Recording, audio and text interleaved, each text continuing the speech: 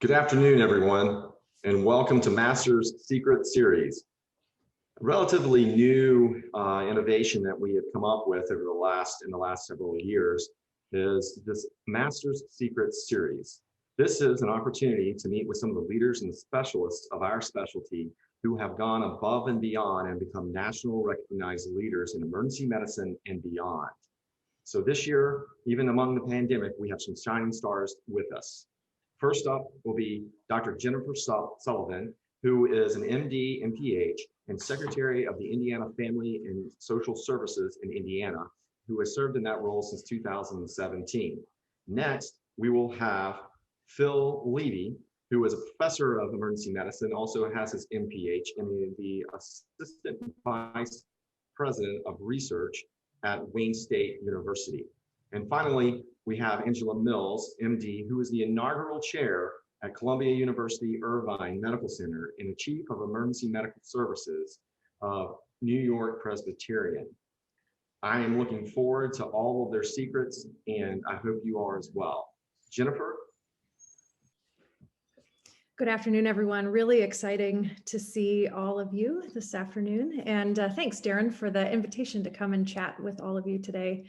I'll start by just tossing out that I don't have any particular secrets, but I sure will share some simple observations as I've had the opportunity to reflect on just getting an invitation to talk to such a wonderful group of accomplished human beings. First of all, I will just tell you what in the world it is that I do, because I think that one of my favorite stories is when I was appointed to this job by our governor, and I called my mom to tell her. She, as good moms do, got very excited and was so just gushing, and this is great. And then there was a little pause, and she said, what is that? So I am the Health and Human Services Secretary for the state of Indiana. And what that means is that I oversee the portfolio of delivery vehicles for individuals who have unmet needs across the state. So our biggest platform are 4 big eligibility programs. That's Medicaid, Child Care Development Fund, which is vouchers for childcare for low-income families, TANF, which is cash assistance, and then SNAP, which is the Supplemental Nutrition Assistance Program. So those are our 4 big programs, but we run everything from disability to aging to early childhood education. We have a new team that runs the statewide 211 program, and there is no better training for this job than to be an emergency physician. This is the emergency medicine of public service. We manage crises on an individual level, community level, and then we try to solve big problems so that we never have those crises again. Serving in this role during the pandemic has been the honor of my professional career, making sure that we not only preserved services for people in their times of need, but enhanced them and made them better. So if I'm just gonna quickly kind of talk you through some of the things that I thought about. What in the world gets you to the point when you start a residency program and think you're going to spend your career as an academic emergency physician, and then you end up on a really random path? Now, I still practice. I work every Tuesday. My shift in the level 1 trauma center, our children's ED at Riley. It's where I grew up and where I love. I was division chief there for 4 years before I took this weird meandering pathway into public service. And I like to go check on my kids once a week to make sure they're all doing okay. And it really grounds me in the work that we do in the policy arena. We have our staff meetings on Wednesday mornings for a reason. I always walk in and the team has now grown because I start with usually, hey, I saw this kid last night. We've got some work to do. And it really is this kind of very human and tangible experience to see something that we should be doing better in our agency. And I have a story and a name and a family behind what we should be doing to make their lives better in the policy arena. And so I'll start with kind of one that is, when I started as a brand new academic faculty straight out of residency, I spent a lot of time talking to people to get some insights into what they thought about me. What did they think I was good at? I actually talked to a lot of people who didn't particularly think I was good at much, so that I could get a better understanding of where my gaps were. How do I not meet expectations as a teacher, as a mentor, as a clinician. Give me some feedback and let me build kind of a portfolio that in 5 years, if I get hit by a bus, what will people remember me for? And those really intentional conversations and getting feedback have really been an incredible guide along the way, trying to avoid some missteps. And actually talking to folks that have critical feedback is even more important, I think, than talking to folks that give reassurance, hey, you're doing a great job. That critical feedback of where can I grow? What do I need to do to get better? And having that team of people that surround you that aren't afraid to say, hey, you made a mistake there. Here's how you grow from that experience. So really having open lines of communication all the time around you is really key. The second, I think, is most important in my personal career for being in this again, weird spot. And I call it creating a space for yes. We always hear that we need to learn how to say no. And I think the nuance there is learning how to say no in order to say yes when the right thing comes up. So for example, when I was sitting on the side of the road with a flat tire and got a call, in my previous role as Deputy Health Commissioner for the state, I was right in the middle of being division chief and growing an academic division and building out a fellowship program. I got a call from our former governor asking if I would come into public service into our state health department. And because I had built a space where I was really comfortable, had an incredible team, I was able to say yes to that role, which was an absolute life-changing experience, to come in to do public health at the state level and take the things that we had been learning in our pediatric emergency department on building a safety net trauma system that really thought about children and injury prevention statewide, and getting our first ATV helmet law passed at the state level, which had been a dream of mine for 8 years as a pediatric emergency physician. And then really getting some credibility because I was still a practicing physician, was running our division, and then in the public health space, then set me up for the ability to say yes to this role when our new governor came in. Third, surround yourself with inspiration. There are so many hard things that happen every day. And I intentionally try to make sure that those are outweighed by good stories. So creating good things and being surrounded with good people that push you to be your best. That happens really naturally, I think, in academics because we're surrounded by people who are creative and innovative, and just encouraging that and bringing those people into your space is really huge. Number 4 is to be and invite into your life mentoring. There is no way that any of this stuff happens without help. I am very lucky to have a traditional mentoring relationship, like that one person in your life who is always 10 steps ahead of you and guiding you to the future. Dr. Carrie Chisholm has been my mentor since I was a third-year medical student. Walked me down the aisle at my wedding. I was the officiant of his daughter's wedding, and that sort of mentor is really key, but you don't have to have one. I like to encourage what I call the mosaic mentor, which is a group of individuals that mentor you and you mentor them back, so that you've got kind of a tribe of people that get you where you need to go. And then sort of last but not least, and the very tangible, is that extra training pays in spades. When I started as an academician and became a program director, finding my niche in public policy and advocacy was really critical, and building out our advocacy program at IU School of Medicine in our Department of Emergency Medicine was life-changing.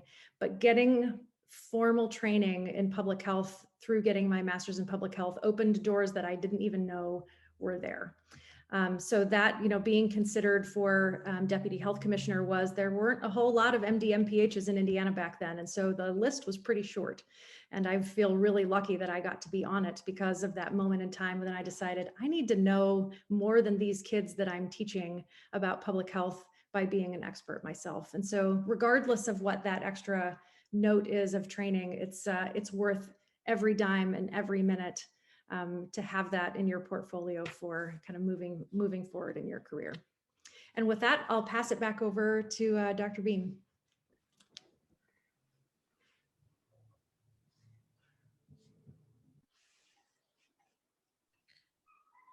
Darren, you might be on mute. I am. It's classic 2021. I double mute myself just in case we get accidentally unmuted in one space. And so that was absolutely amazing. I know that I'm writing down tips and tricks and your secrets on all three of you guys. Just a reminder for everyone who's joined a little late, we are going to hold all questions to the end. And next up is Phil Levy of Wayne State University. Thanks, Darren, and thanks for inviting me to do this. I'm glad to be up here with Jen and Angela. Angela, at least, is somebody I know for a long time, a good friend, so it's nice to be here presenting with her. And Jen, it's a pleasure to be up here with you and hear your story. I'm going to start by echoing one thing you said and then kind of telling my own story a little bit, but the advanced degree is huge. When I got my MPH, I really was after the letters. When I was starting my academic career,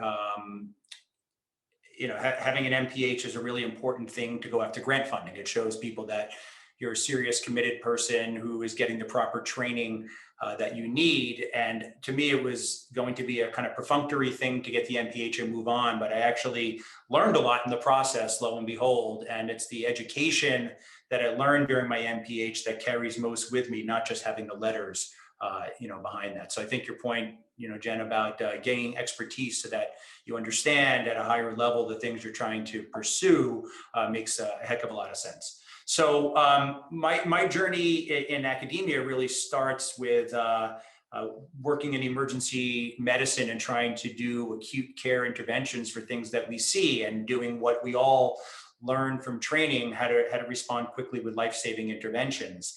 And a lot of my early work focused on acute heart failure and cardiovascular disease. And after a while, some grant success, building up, a portfolio of research in that area, I started really rethinking and recalibrating sort of the questions I was asking to not so much be about how can we help this person who's in extremis today feel better from their condition, but how can we help that person from ever being in such a state? And so in the setting of acute heart failure, which is again where I started emphasizing my work in Detroit, it all traces back to long-term uncontrolled hypertension. And so how do you really get at the root cause of the problem? How do you get at that sort of bigger contribution beyond the immediacy of the circumstance? And the work I started to do evolved from focusing on acute interventions to looking upstream. What is the amount of uncontrolled hypertension we have in ERs, and how many of these folks are already on a pathway towards cardiovascular and ventricular remodeling, and how many of them are marching towards being the next heart failure patient in the future, and doing studies around that funded by many different agencies, including the NIH, and sort of learning that process is an important thing. Learning the what of grant writing as much as the motivation and the why behind grant writing is key, but also trying to figure out where it is you really want to make your broader contribution, sort of chiseling away from where you start and getting yourself to where you ultimately want to be. So again, started out focusing on acute interventions, and then really evolved to starting to think more broadly about the emergency department as a place where we can find people with uncontrolled hypertension, start them on a pathway to get better blood pressure control so that they aren't tomorrow's acute heart failure patients sitting in our ERs. And that whole pathway sort of opened up a much broader thing. I quickly evolved from sort of my research portfolio and my direction around doing my individual research to taking a larger academic role in my department as associate chair for research, helping to set up the infrastructure not only to enable my success, but for the success of all the others in our department. How do we create not just the Levy team or the Levy lab, if you guys do work with your PhD colleagues, that term, the Beam lab, the Levy lab, that's sort of like a holy grail in the PhD world of getting to that. But in our specialty, that's not at all what we do. We rely on everybody else to make our work successful. And so instead of having an individual investigator and several of us each having our own teams, we started to build out a model that would allow for cross cross-training amongst multiple different people to do different activities, and build out a whole service around delivery of research that investigators can tap into. And from that, the research career kept growing to say, this is great, let's do this in EM. Now, how do we do this at the university level? And so I was able to translate the work that I did in emergency medicine and building up infrastructure into the university, got appointed as assistant vice president for translational science and clinical research innovation, effectively an assistant VP for research, to build up that same type of horizontally integrated infrastructure that others at the university could tap into. So creating, a nexus for biostatistics, a nexus for informatics, a nexus for clinical trials operations and the like. And so my career sort of took off in the direction of oversight and administrative work from a research perspective, while still honing my individual focus for research and my goals from being acute intervention towards long-term prevention. At the same time, I got higher roles in our national organizations, working with ACEP, being very involved in the ACEP Research Committee, working with the Emergency Medicine Foundation, and being very involved in sort of setting the structure, not just for the types of grants we fund, but what types of initiatives do we want to put forth to support further growth of our specialty. And so I guess the story I'm trying to tell here is one of starting out with individual ambition and growing into being something that transcends the individual work that you're trying to do, to make sure that you can provide support and resources for many others to follow along, not necessarily in your footsteps, in their own footsteps, but to do it in a way that they don't have to reinvent the infrastructure and the support system that's needed for all of us to be successful. And then as things continued to grow, I was able to establish that track record of expertise, not just in research administration, but in the area where I really emphasize, which is now population health and cardiometabolic risk reduction, and move it outside of the emergency department and expand it to doing community outreach work, and expand it to doing other types of initiatives related to that. And then growing from there to get involved with other organizations, the American College of Cardiology, and playing a big role in their leadership hierarchy, overseeing accreditation for the American College of Cardiology, and working directly with the National Cardiovascular Data Registry, and playing a role that helps represent the voice of emergency medicine in these organizations that don't often necessarily care about our voice, or at least want to listen to it, but being put in a position to do that. And then from all of that, it sets the stage for you to be successful then on a national level, working with entities like NHLBI on hypertension and social determinants and the like. And so I guess all I'm trying to say is that you never really know where your career is going to take you. But as long as you are eyes wide open in terms of the opportunities that are before you, you don't miss out on something that you might want to pursue, and don't feel like you have to be beholden to what is defined by our specialty as emergency medicine, because there's a lot more that we can do beyond just emergencies. And so what's happened from all of this with the pandemic is that prior to the pandemic, with all of this work that I was doing around prevention, I had set up a database infrastructure called Phoenix and had gotten a lot of funding around that. And this database aggregates EHR data and social determinant data and displays it, at a census tract level, and allows targeted outreach in communities. And it was all geared up initially for how we were going to do outreach around hypertension risk reduction. The pandemic hit, and it set up a perfect transition to use the same data infrastructure for understanding how the pandemic's affecting our community, which then led us to develop a whole mobile health outreach program. And from there, I started working with the Ford Motor Company on the data we were already collecting prior to COVID, added on COVID data, and developed a way to reach out into communities with the Ford Motor Company, forming a whole new vehicle line for them called mobile health units, which we now have developed and deploy. And we do COVID testing and vaccinations, but we also have taken it to do all the work we were doing in the ER now into the field, HIV screening, blood pressure screening. We draw blood for hemoglobin A1Cs and lipids and renal function out of people's car windows. And we do a whole linkage program that was only able to be done because I stepped outside of EM and took on a role as Chief Innovation Officer for the practice group for the university. And so, each step along the way I was sort of trying to find that niche and nuance in the solution I was trying to work for. And it kind of brought me full circle back to something that was, part of the original decision of going into emergency medicine or not, which is how much continuity do we have with people? How much are we responsible for care beyond what we do on our shift? And as it turns out, it's inextricably linked. And we can't do a good job as emergency physicians if the primary care and back-end infrastructure isn't there to help us get the care our patients need.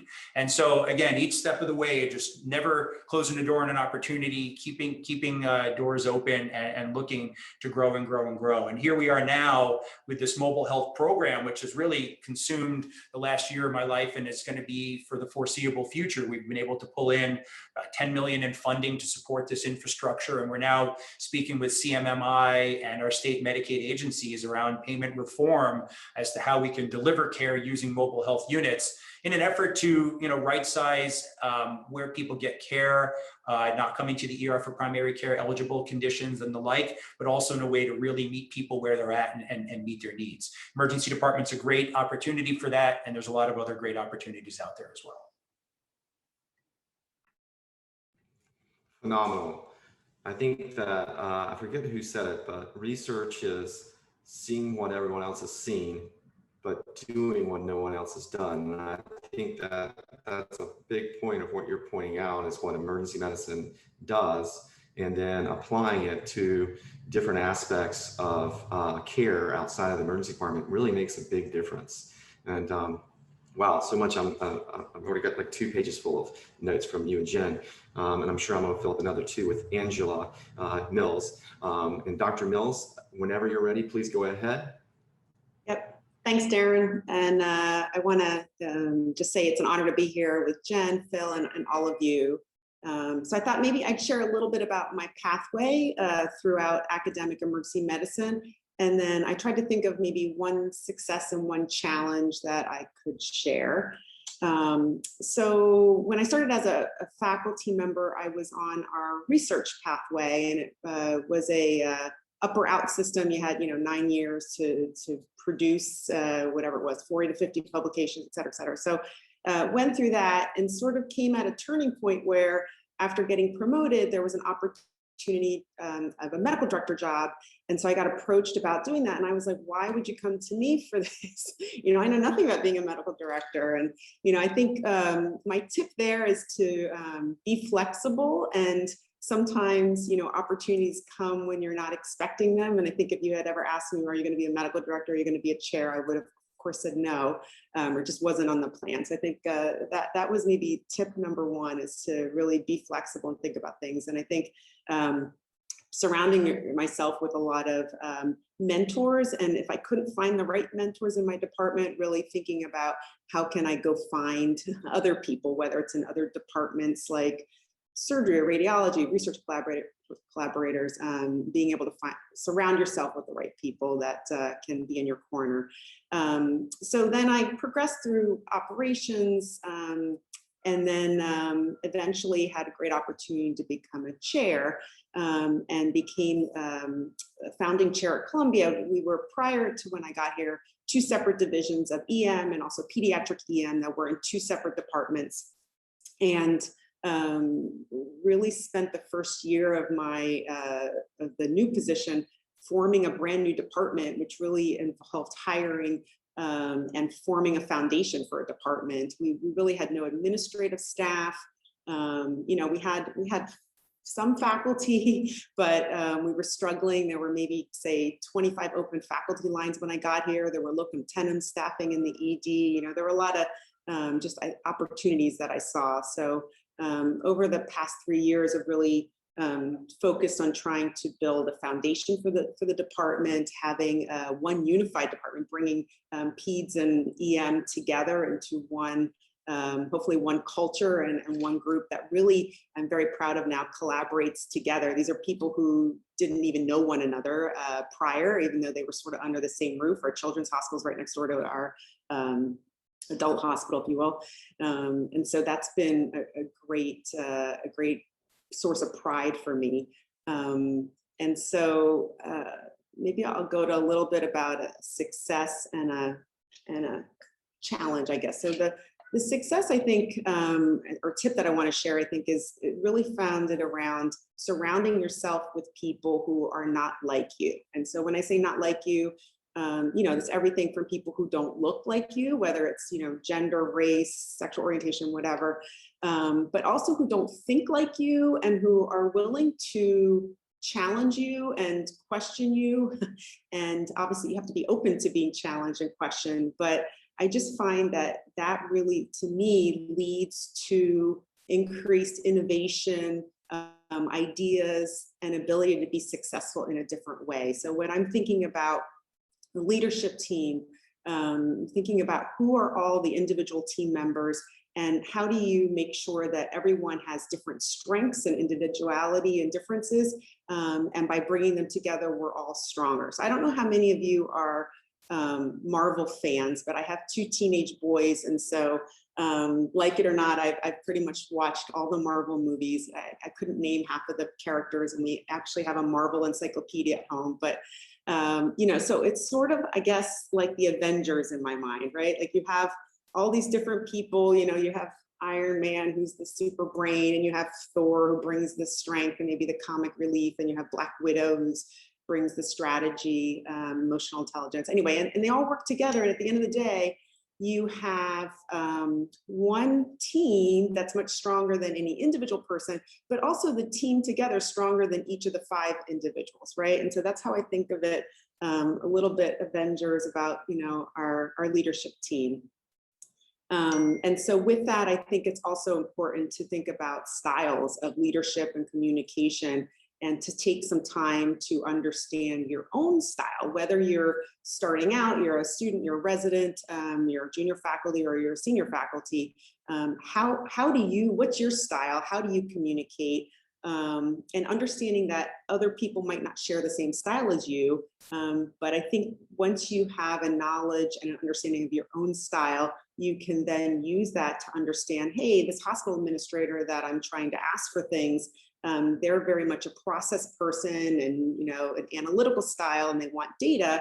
And so I'm going to maybe go with a different strategy to approach her about something than I would with someone else who's maybe more influential leadership style. So anyway, okay, so that was the success. And then I was going to share a little bit about a challenge, because I think, like all of us, hopefully, I don't know, that we learn so much from our challenges. And I think maybe similar to many of you, we've had so many challenges this past year and probably lots of learning.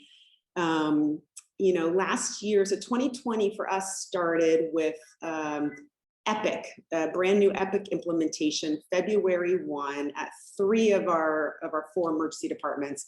We went live with Epic February 1. And so at the time, I never would have thought I said this, but Epic was the easiest thing we did all year, and so at the time, I think everything's relative. And that's what I learned from that one, is that, everything passes and everything ends one way or another, but certainly wouldn't have thought Epic was the easiest thing that I did. But then certainly being in New York City, COVID hit us really hard and really affected the whole entire group in so many ways. There was just lots of loss, tons of more deaths in one day that many of our group hadn't seen in their whole career. And just as we were kind of getting over the peak, I'll just say, sort of in early April, and very slowly we're like, okay, the numbers are tiny bit, coming down. We suffered a tragic loss of one of our faculty members to suicide, Dr. Lorna Breen.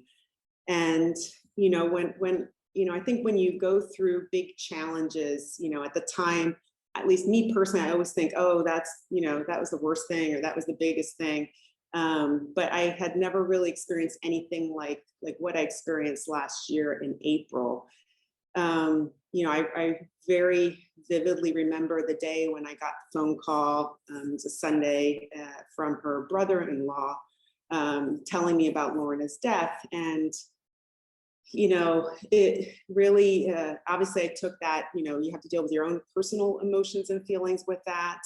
But then trying to, think about, wow, I'm in charge and I'm responsible for my group. And how do how do I share this with them? How do I make sure to maintain the safety and the health of my faculty, residents, trainees, the nurses, all the staff, everybody in our ED.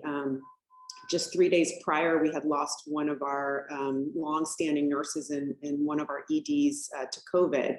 And so our group was already mourning, and it was a really tough thing. So I think some of the lessons that I learned from that experience, number one is to ask for help. I mean, I think sometimes when you're going through things, you think it's just you, or you're by yourself, or how am I going to get through this? Our department of psychiatry, I can't thank them enough. They were there, like, step in step.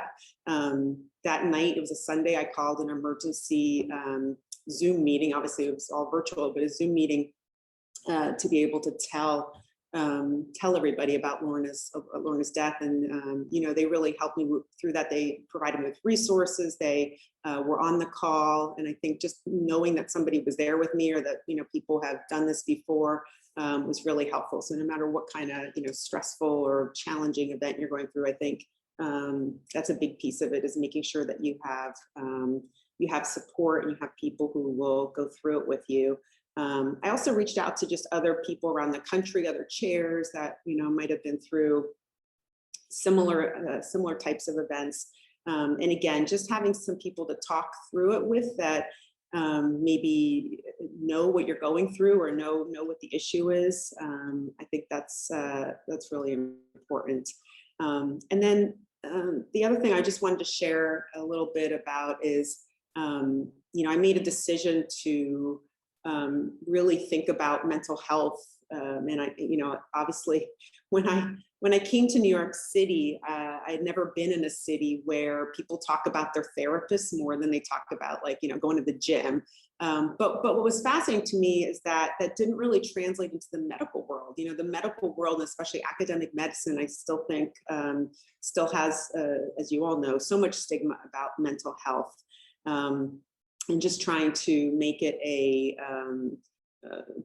again, it should be no different than asking your colleague how their knee surgery went. It's all, as we know in medicine, it should be exactly the same. So made the decision to, I don't want to say mandate, but have opt-out mental health sessions for every single person in our group. So meaning, rather than opting in, everyone had to opt out. So we just scheduled a mandatory session for, with one of our either psychologists or psychiatrists in our at our institution. And if you didn't want to do it, you could opt out, but otherwise you were going to be scheduled. And that way, there was no chance for somebody maybe who needs it most to not have the energy or the wherewithal to be able to schedule on their own. So I thought that was really important. With our group, so we did all of our faculty, our residents, trainees, and physician assistants, and we had 70% of the group actually do the session. And of that 70%, almost a quarter, like it was like 23%, actually continued on with therapy, with sessions. These were not, they were not psychiatric, counseling in that way. It was really about thinking about strategies for coping skills, resiliency, and certainly whatever, screening for any mental health things that could be worked on. But that's been really successful. And, the goal really is to make this, is to normalize it, right? So that's not something out of the ordinary.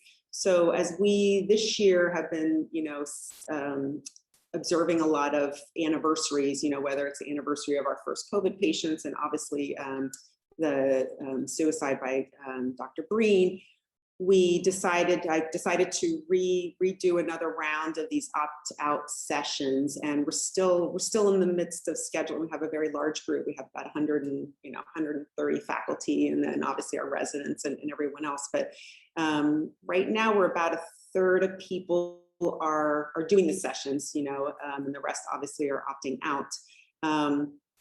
But again, I just think that to me shows that there's such a need. So I guess my next tip or something would be that we really need to look out for one another and to, again, normalize it and talk about it. I think the more that we all talk about it, it will improve things. I know that it's, this is not the only thing that leads to wellness and burnout, but certainly is a big piece of it. And I think the more that all of us speak up, normalize it, it'll just go a long way, certainly in emergency medicine, but hopefully, as in medicine, where I think the stigma is still very high. All right, thank you. Thanks, Darren. Wow, that was very powerful. Again, understanding your style, being open to challenges, and then removing stigmas, and again, thinking of things in a different manner to opt out instead of have to opt in and signaling that you're maybe in trouble or not. I think those are great tips and masters. It's no wonder where each of you are today.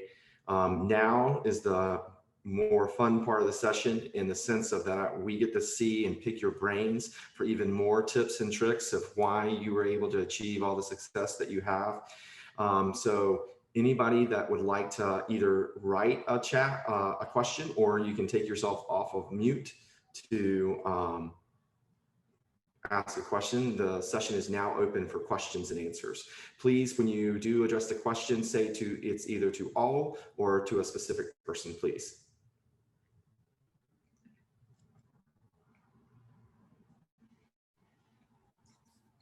And so, well, my first question is to all three of you. It seems to be like there's a theme that making sure that you're flexible and opened up to different things. Was there any time where you made a decision that you regretted, that you thought could have led to something different?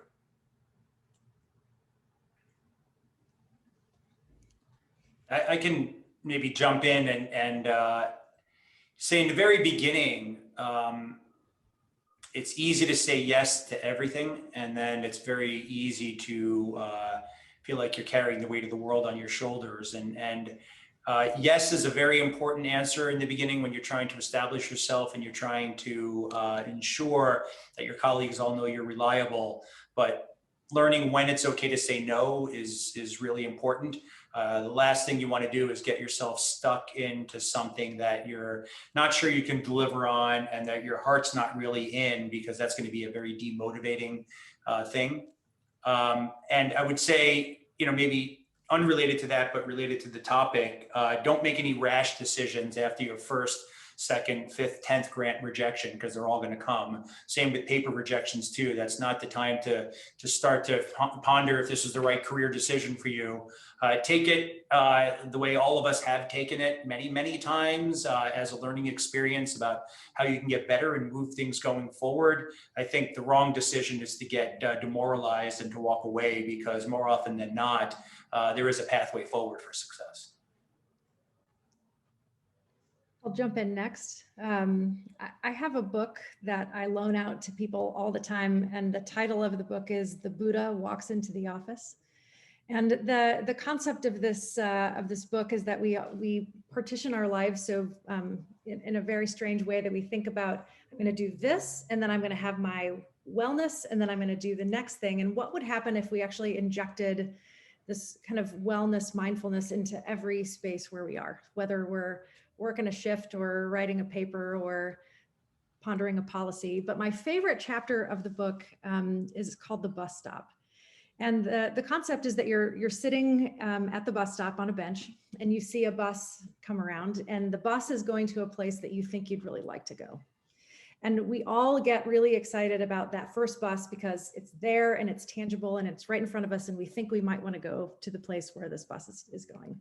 But if we sit on the bench for a little while, and then the next bus comes and it's also going to a place we think we might want to go, then we sit there for a while and we realize the buses keep coming around. And that first bus that we saw the first time comes around again. And at some point, we can make a thoughtful decision about which bus we want to get on. And the same concept is true of our decisions in our career path, in our life choices, all the rest, that just because there's a tangible bus that might be going to the place we think we ought to go, doesn't mean that we're going to lose out if we let that bus go past and thoughtfully sit on the bench and continue to do what we do and happily contemplate the second or the third bus.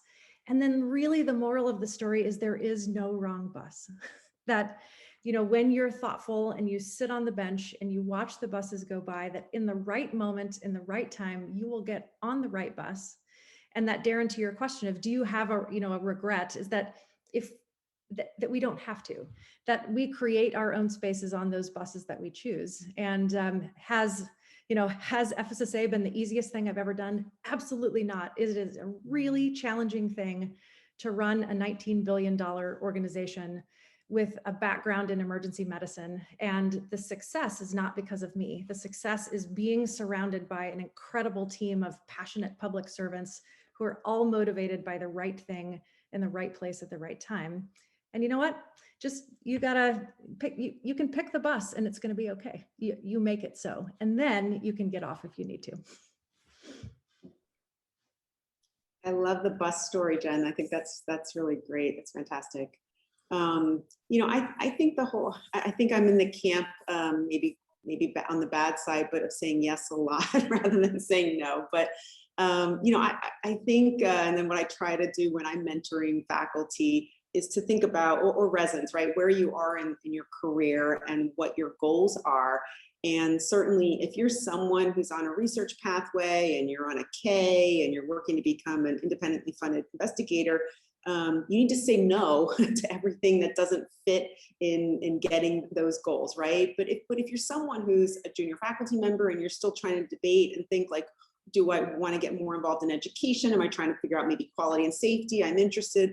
I don't know, those people, I feel like, oh, say yes to a few things because you need to try things out and see what sticks with you and what you like. And I think sometimes it's sort of like, had I not said yes to being the medical director, I wouldn't have realized that, oh, I really like doing this. This is great. And and I've been successful at it. And so I think, a lot of it is surrounding yourself with people who are looking out for you and hopefully are advocating for you, and that can provide you with good advice about saying yes, saying no. I think I certainly was dragged into many research projects that at the end of the day took a lot of time, a lot of effort, and maybe were more getting someone else's work done for them and not so much for me and my career. So I think, again, trying to make sure that you have people who are in your corner and who are really advocating and sponsoring for you.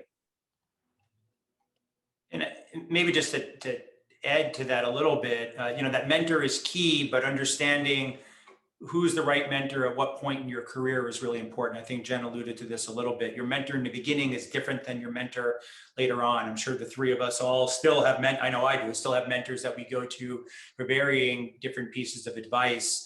But you do have to watch out, because in the beginning, a lot of people are going to think they know what's good for you, but the only person who really does is you. And if something doesn't feel like it's the right thing, you don't have to get stuck in it. I mean, obviously everybody wants to finish the obligations that they agreed to do, but you don't have to be stuck in an area as their defining pathway for the future. And I guess to say this, Darren, there are some wrong choices, but there aren't really wrong answers, because you can always change. And there's I guess maybe to say it better, there's not always a right answer. Right. And you have to be willing to take a chance. I mean, Angela, becoming a department chair was probably not at the time, we were talking about this, not the immediate thing on your mind, but the opportunity arose and a great position. And you know what? Jumped in, and look how great you've been doing. And it's amazing to see. And I think a great lesson for, everyone who's listening in here. Take a chance. And the worst wrong decision you'll have is regret, I guess, right? Regret that you didn't jump in when you had an opportunity. Oh my gosh, this is awesome.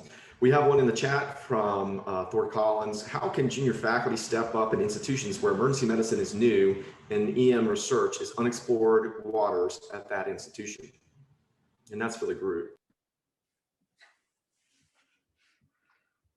Well, again, I'll jump in here because I've been building this up. I mean, the key value that EM brings is patience in the very beginning. Everybody comes through the doors in the vast majority of hospitals through the ER. And if you are there to facilitate the work of others while building up the portfolio within your own department, that's going to be seen, as very valuable from whoever wants to collaborate with you. And I think, we often get into this position of my turf. This is my ER. Nobody's going to come in and do any work in this department. But I wouldn't start out with that, as your first line in the conversation. I would really, encourage people to say, how can we help? How can we work together? But remind people that, the ER is not just a place where somebody else hangs up a flyer and they call their research assistant. That ER folks, especially faculty members who are part of this, are integral components of the research operation, not just nice to haves on the application because it'll look better. Yeah, I'll jump in too as a junior faculty who was interested in community-based participatory research, which is a sort of a fledgling thing back in the day, and certainly nothing that was happening in the emergency department. I think one of the best things to do is be in a new place where the waters are uncharted and you can build your own path. Now, it sometimes takes a little bit longer.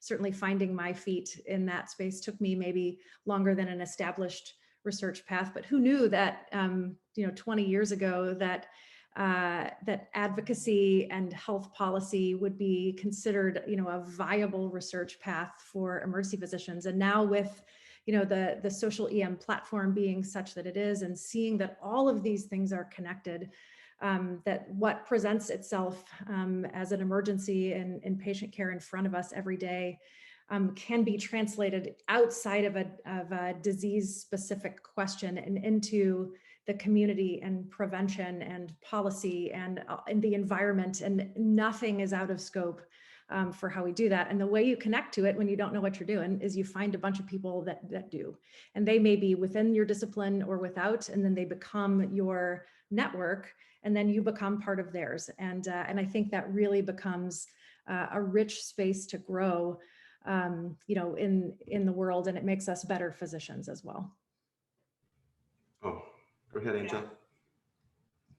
Oh, thanks, Darren. Yeah, and the other thing I would add, those are all such great points, is think about having direct, open conversation with your chair or your vice chair, or whoever's running those things, just to see where is there a need. You want to make sure maybe that you're aligned. You might want to do X, and your chair maybe doesn't want X done for whatever reason, or really wants Y to be done. Is there an overlap there, or is there somewhere that you can benefit both if you're open to that? And I guess also what Phil had mentioned about really thinking about where in the institution can you go and collaborate, right? And if an emergency medicine hasn't been built up there, can you go to other even basic scientists, right? Sometimes they're looking for blood samples or things like that. Where can you start that type of collaboration to bring in research into your EDs? Oh, great. This is from Mark Probst. Can you share advice regarding recruitment and retention once you are in a leadership position? Angela, you want to take that one first? Sure. Mark, you mean about like recruiting and retaining faculty? Yeah, generally faculty, but I guess other team members, perhaps in other specialties. I don't know if, be it in nursing or physician assistants, et cetera. Yeah, I mean, we spend a lot of time in this. I think, I think over the past 3 years, I think I've recruited 70 faculty. It's a lot of people. I've done a lot of hiring. We had a lot of openings, and then we acquired, another site with a lot more openings. And so I've had an opportunity to be able to really recruit, which is great. I mean, again, I think for me, it's really been thinking deliberately about how to recruit, how to have a diverse group of faculty who bring different strengths, and certainly there's been some targeted recruits, whether it's for specific leadership positions, research, or ultrasound, or different groups that maybe we didn't have as many faculty when I started. And certainly I think with retention, a lot of that hopefully comes down to basic good leadership skills in my mind, of being direct and open and transparent, being able to listen to the faculty and provide, faculty development, mentorship, safety, wellness, well-being, those kind of things. So it's, I don't know, it's kind of all encompassing and bigger, but I'll turn it over to Jen and Phil as well. Yeah, I'll tell you. So on the emergency medicine side, there are things for recruitment and retention. All I get in public service is mission. I can't pay. I don't have a lot of perks.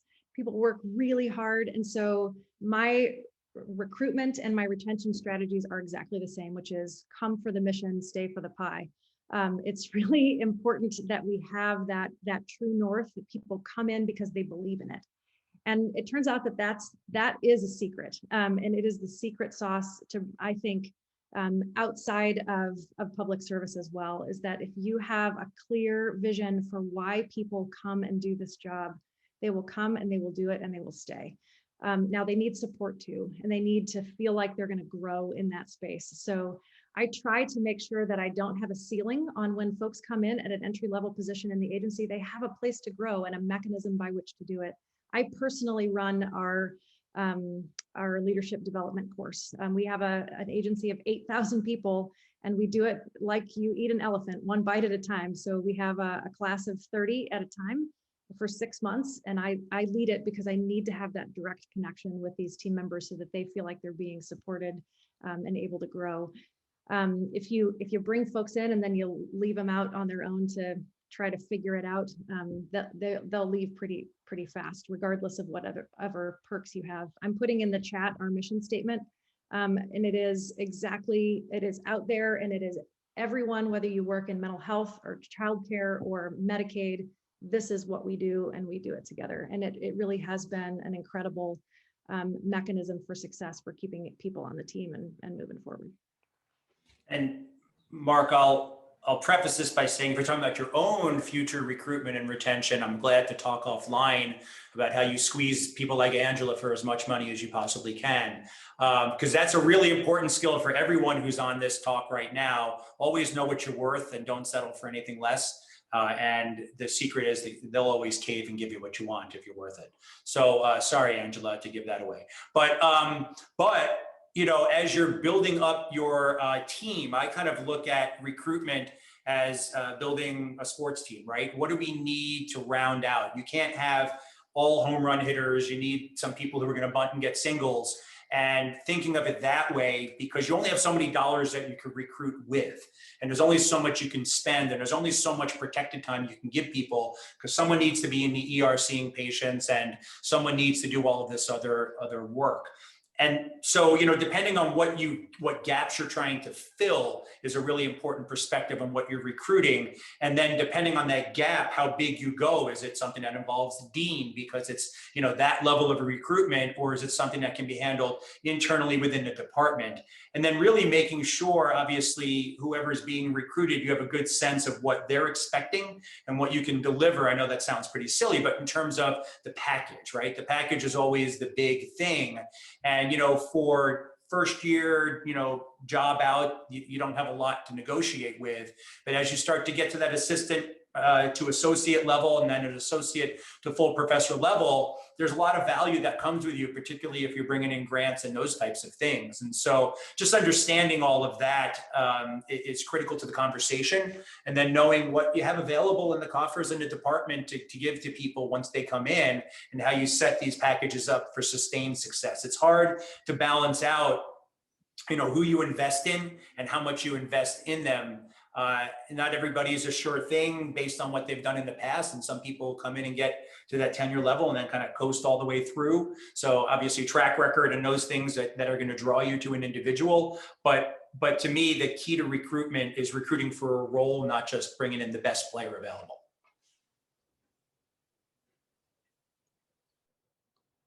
Wow, I hope you guys have learned as much as I have. I think that one of the things I will say is every one of you said that surround yourself with good people, but I will also say that good people won't stay with other people unless they're also good and great with great ideas and great innovation and good leadership skills. All of you have those strengths. And I'm thankful that you each joined. I know that I've learned a lot here, and I hope everyone else has. We've gone 4 minutes over, actually, of what we were planned to do. Everyone, please give another thanks to Angela Mills, Jennifer Sullivan, and Phil Levy for all their master secrets today.